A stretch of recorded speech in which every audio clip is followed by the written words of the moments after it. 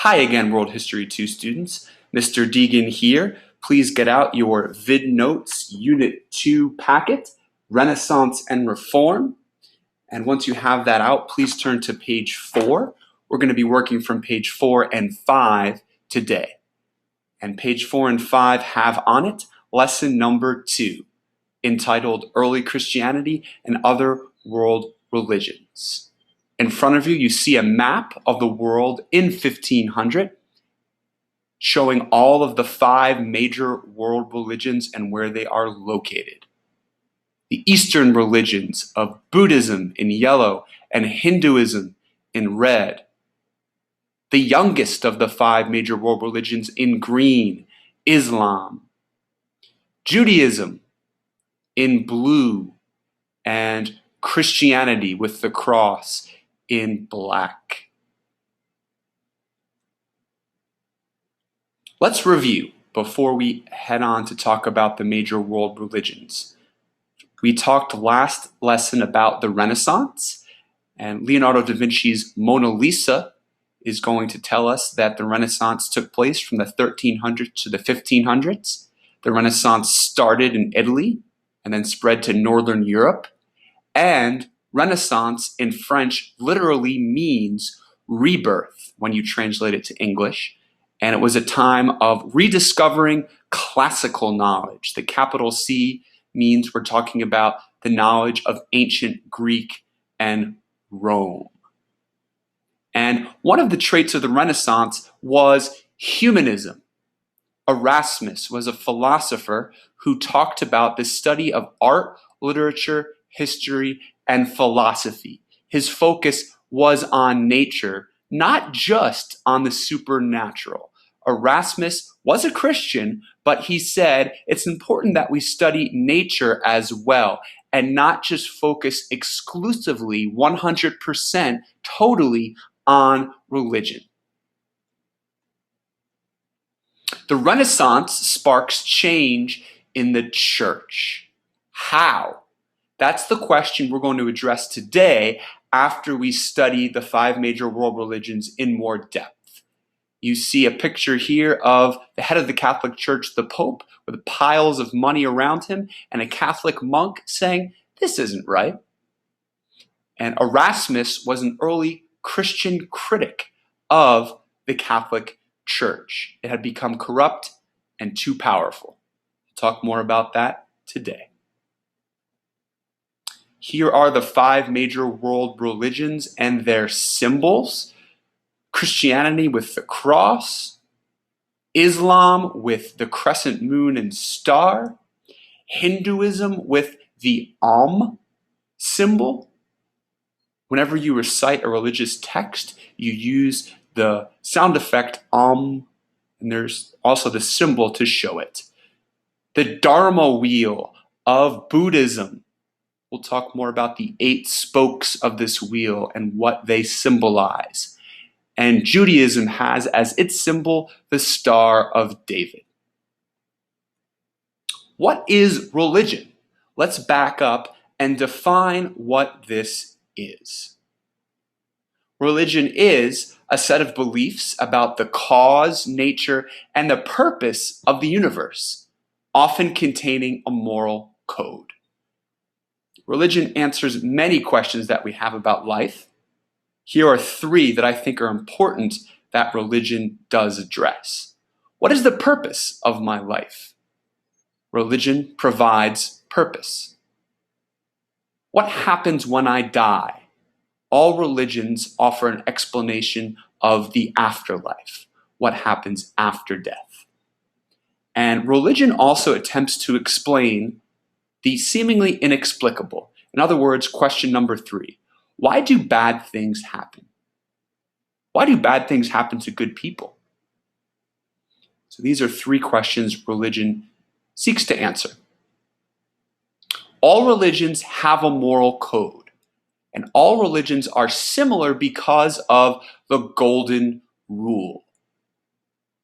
And these are quotes from different religious texts, all that relate to the golden rule. World religions in 1500. We just spoke of this map and the locations of these 5 major world religions. Now let's dig a little deeper into these 5 major religions. Hinduism.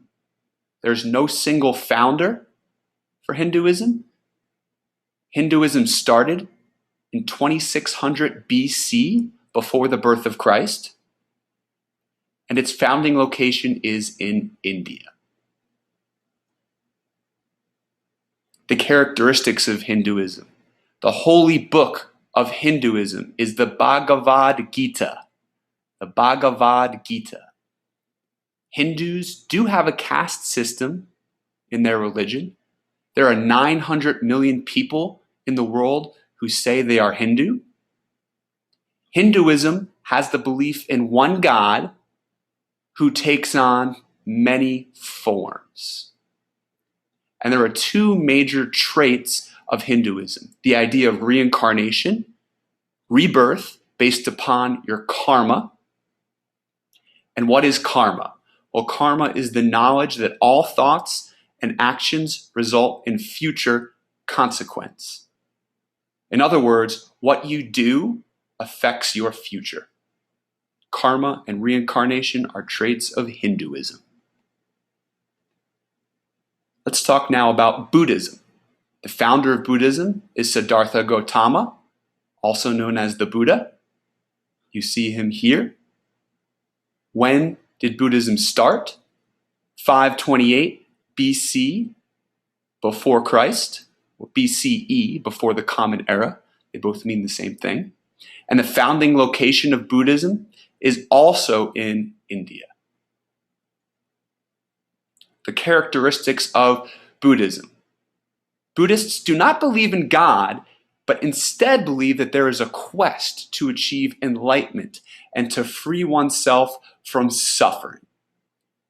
And the fundamental belief of Buddhism is the 4 noble truths. Find peace in your soul. And you achieve that peace by following the 8-fold path to enlightenment. There are 8 ways you have to live your life, according to Buddhists, to find inner peace. That's why on their symbol, they have 8 spokes to their Dharma wheel. There are 700 million people in the world who say they are Buddhists. And an early missionary who spread Buddhism was Ashoka, pictured here. He spread Buddhism from India to China and other parts of Asia. And you might have learned about Ashoka, the elephant warrior, in World History 1. From Buddhism to Islam. The founder of Islam was the Prophet Muhammad, pictured here. The date Islam started was 622. Its founding location was in modern-day Saudi Arabia, as you see pictured here in red, northeast of Africa in the Middle East. Characteristics of Islam. Islam is a monotheistic religion. Muslims practice the belief of only one God. The holy book in Islam is called the Quran. And what are the rules of Islam? Well, they are found in the idea of the 5 pillars, 5 ways of being a good, true Muslim. Muslims call their God Allah, and there are 1.3 billion people in the world who practice Islam, who are Muslims. Moving on to Judaism. The founder of this religion is Abraham. You see him pictured here. Judaism started in 1300 BC, before the birth of Christ. And the founding location of Judaism is in modern-day Israel, in the Middle East, north of Africa, northeast of Saudi Arabia. What are some of the characteristics of Judaism? First, it's monotheistic. Also, its holy book is called the Torah. The rules of Judaism are found in the 10 Commandments, just like in Christianity. Jews call their God Yahweh, and there are 14 million Jews in the world. Christianity, another monotheistic religion. The founder of Christianity is Jesus. It started in the year 27 during the life and times of Jesus. And the founding location of Christianity is also in Israel. The characteristics of Christianity. It is a monotheistic religion. The holy book is the Bible.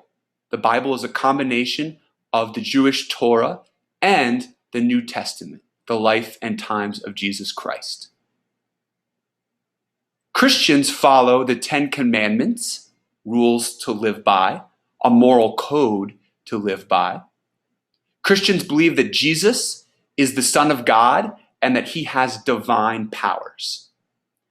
And Christianity is the most practiced religion in the world. There are 2.1 billion people who say they are Christians.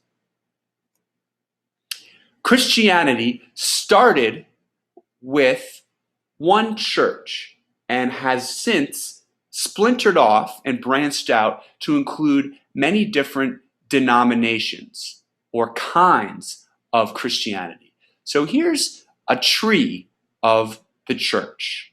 The early Christian church you see here was divided to the Western Church, the Church of Rome, which housed the Catholic Church, and the Eastern Church, the Church of Constantinople. And during the Renaissance, the church starts to divide. But the early church was dominated by Catholicism, the Catholic Church. What is Catholicism? It's a kind of Christianity that has a man called the Pope at its head. And Catholics believe that the Pope is linked to God. Catholics also must go through sacraments, and Catholicism is known for its traditions. You see here a bishop in the Catholic Church with his ceremonial hat, one of the traditions. Pope Alexander VI, an early pope of the Catholic Church, a leader of the Catholic Church during the Renaissance. This man is a symbol of all that was corrupt and wrong with the Catholic Church during the Renaissance. Popes are not supposed to marry or have children. He did. He even has mistresses that we know about. Popes are not supposed to collect bribes. He did. Popes are not supposed to plan the murder of people. There are some historical records that show he may have been involved in poisoning political enemies. So Pope Alexander VI was an example of what was wrong with the Catholic Church and needed fixing. Here is a list of the corruption of the Catholic Church during the Renaissance that Pope Alexander was guilty of. Nepotism, giving jobs to family unfairly without hearing other candidates. Sexual misconduct, Alexander was guilty of that. Usury, handing out loans that took advantage of the poor. Alexander was guilty of that. And lastly, indulgences, charging money to receive the church's forgiveness. What I want to show you now is a somewhat humorous clip from a series called The Horrible Histories, and it shows you an example of indulgences, how the church took poor members' money. So here we go. Have you been naughty? Worried that you might not go to heaven? That you might be stuck in purgatory for thousands of years? Well, help is at hand. If you want a fast, easy way to get back in the good books, our team of professional pardoners are just waiting to help you here at Cash My Sin. After just one consultation, our staff will be able to tell you how naughty you've been and how much money you have to pay the church to buy your pardon. I stole this apple from my lordship's apple tree. Thanks to Cash My Sin, it cost me just 3 pennies to buy my forgiveness. Getting pardoned in the Middle Ages is easier than you think. Our prices are simple to understand and very reasonable. I'm really jealous of my neighbour's horse. It's much better than mine. That is the sin of envy. 2p, please.